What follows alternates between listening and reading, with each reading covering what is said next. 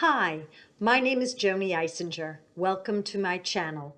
Please go to my website, jonieswhitelightshealing.com, for more information about me.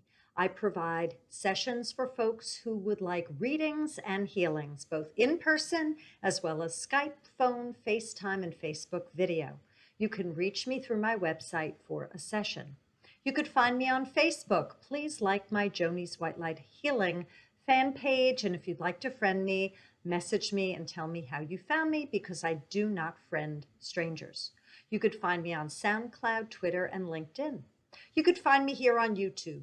If you haven't subscribed to my channel, please do, and press the bell all icon. You'll receive notifications when I put out another video.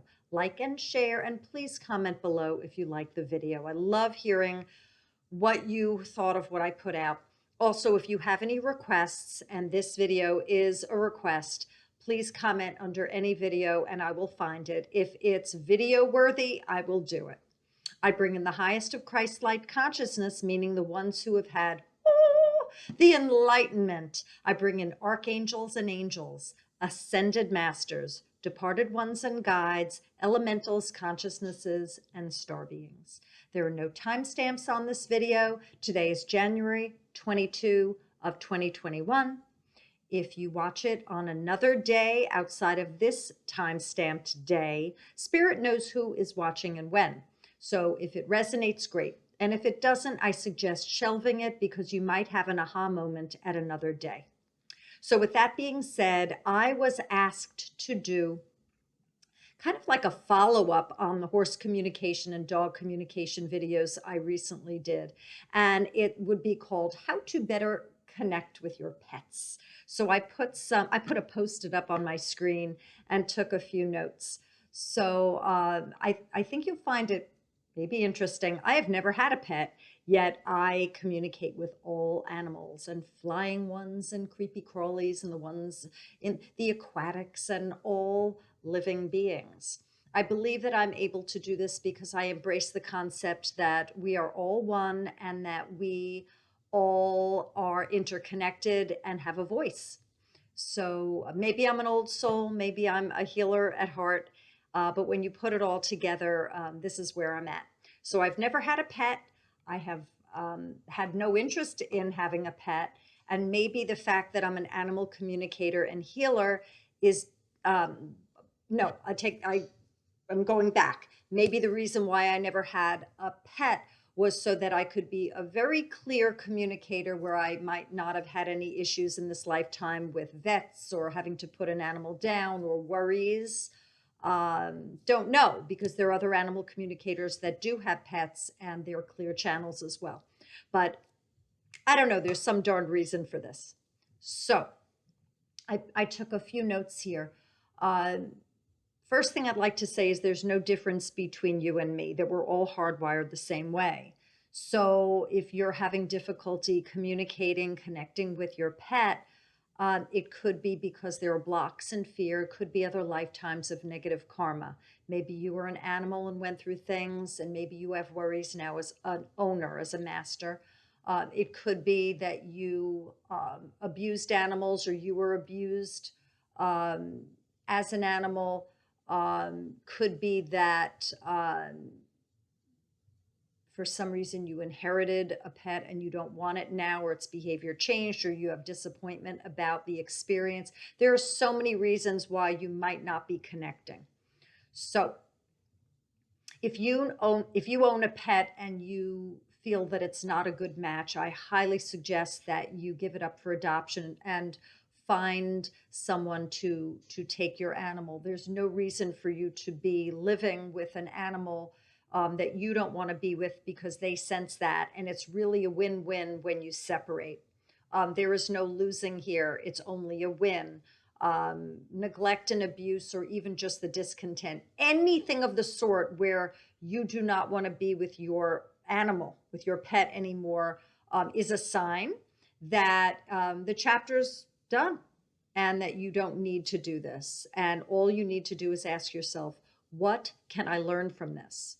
Your pet forgives you.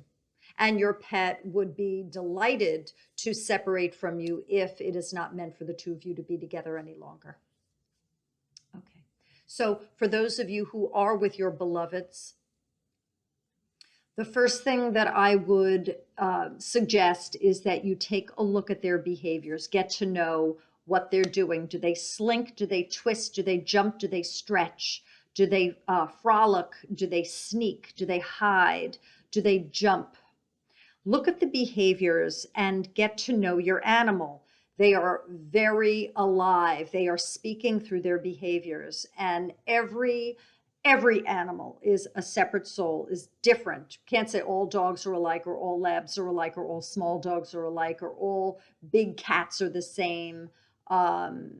Chimpanzees all do the same thing. We can't get out of that, the generalizations. Sure, there are species-related behaviors. Personality, I'm talking. We're talking about pets here, and we're talking about getting to know the personality, the essence of your beloved one. So check out the behaviors and then note them. Behaviors. The next thing that I would say to you as a suggestion is listen. Sounds. Listen to how your animal sounds.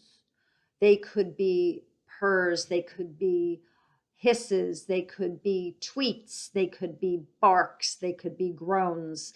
And listen, there's communication here. And if an animal is silent, that's also a message as well. There could be more of an internal dialogue that's going on too.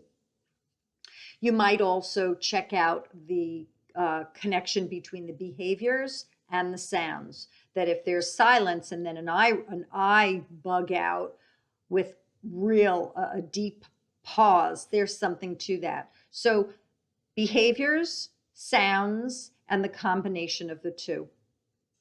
Then I would also suggest that you look at patterns, that you take a look at, well, we're indoors, what happens? When grandma comes over, what happens? When we go to the store, what happens? When I return from work, what happens? When I wake up in the morning, after I get out of the shower, and take a look at patterns, situational behaviors, and also just regular daily occurrences.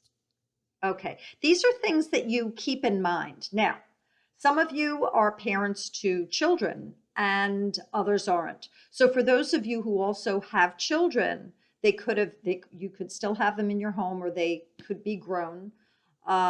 With your memory of that, you did the same thing, and it was innate, where you looked at the behaviors, you looked at the sounds, which became words probably, and you looked at the combination of the two.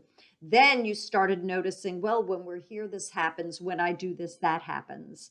Look for shifts in the patterns. So you're going to see patterns, and then, well, they were sleeping all the time until last week, and now they bark like crazy at 2 in the morning.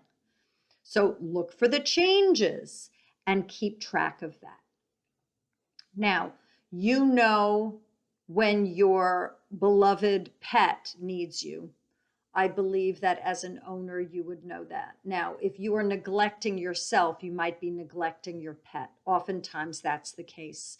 If you are not attending to your pet's needs, it might be because you are not attending to yourself. It might also mean that there's so much going on in your life that you are attending to so many other things that you haven't had time. You need to really note that. Just because your pet isn't a human being doesn't mean that it's okay, they're an animal. They have feelings too, and they need you. So get on top of that and be aware if you're taken in another direction, away from self-love, self-attention, or over-attention to other fires that are burning or other people and situations. Your pet needs you. So that we've covered. I've gotten that so far. Now, in terms of the psychic piece, for those of you who'd like to communicate with your animals, what I would suggest is embracing the concept that your animal hears you, knows you, and understands what you're saying, and loves when you talk to it.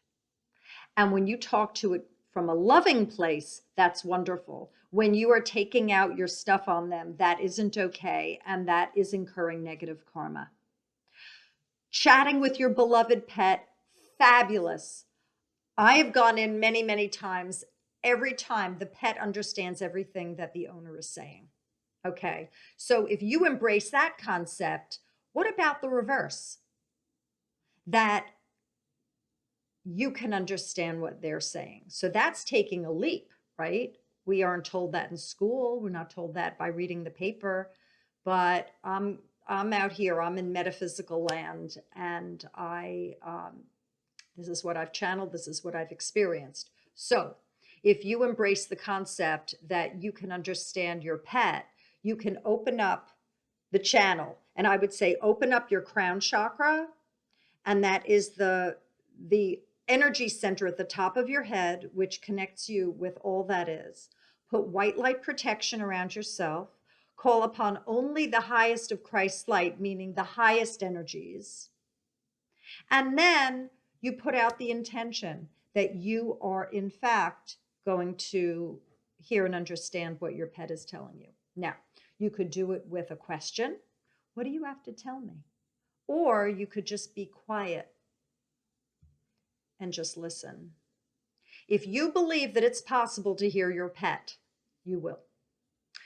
Fearing that you're going to get it wrong and doubting that it's possible pretty much kiboshes the whole thing. It just doesn't seem to work. You will be amazed if you go to a place of peace and positivity, what you will experience. And I believe that you might hear, hey, or you're great, or do it again, or oh my God, I can't believe you're doing it, or I'm hungry. Whatever it is, try that exercise. If you overthink it, and if you think that there's just one way to do it, not possible. Your pet also could be a departed one, and you are able to connect with your departed pet as well. They know where you are. They have never separated from you. They're right in front of you, but you just can't see them. They are in another realm.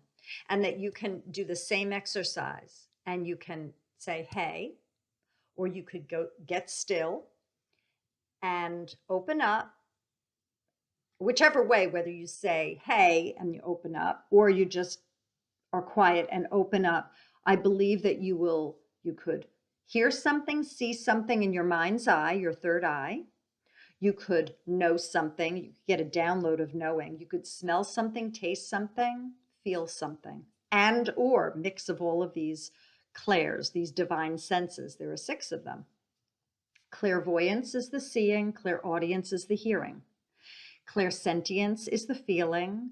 Claircognizance is the knowing. Clairgustance is the taste. And clairsalience is the smell. So with that, I'm going to go in and see if there's more for you to know.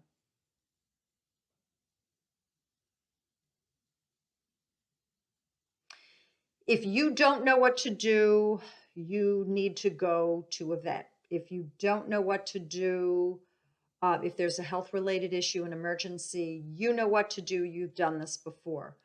When it comes to utilizing my services, I do not aim to heal or cure. I am a connector, and I answer questions. And oftentimes, the other side, my divine guides, will suggest that you go to your vet. I never offer information regarding whether your animal has cancer, is dying, when they will die. Oftentimes people come to me and they ask whether the pet would like to be put down. I do get that information as a yes or a no. I'm going to see if there's anything more to share regarding connecting with your pets.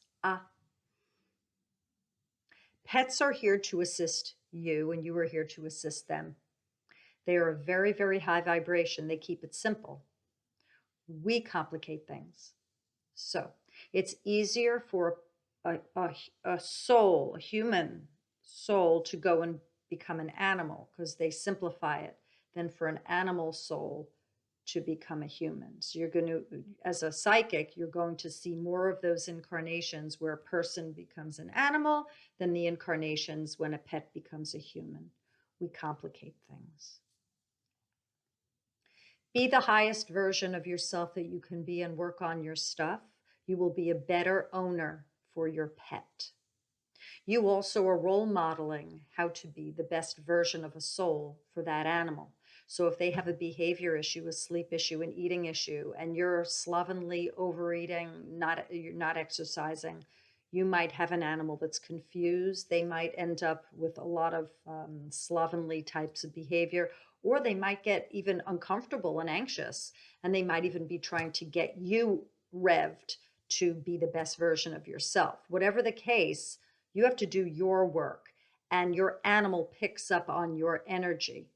If you have depression, animals oftentimes are there to offer that unconditional love to lift your spirits.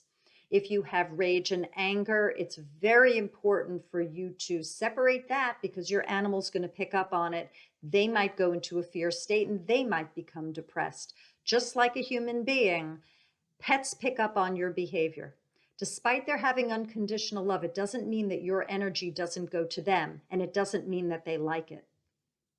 Do not take your stuff out on your pet, just like don't take your stuff out on another human being. Oftentimes, you know who your pet is. You've pre-birth planned to pick them up, that you wanted them again. It's oftentimes the case. And oftentimes the two of you have karma, where the two of you are working through an issue. And there was a do-over that was necessary in a pre-birth planning session. You had unforgiveness towards self and other. I'm going to see if there are any last bits to offer regarding better connecting with your pets.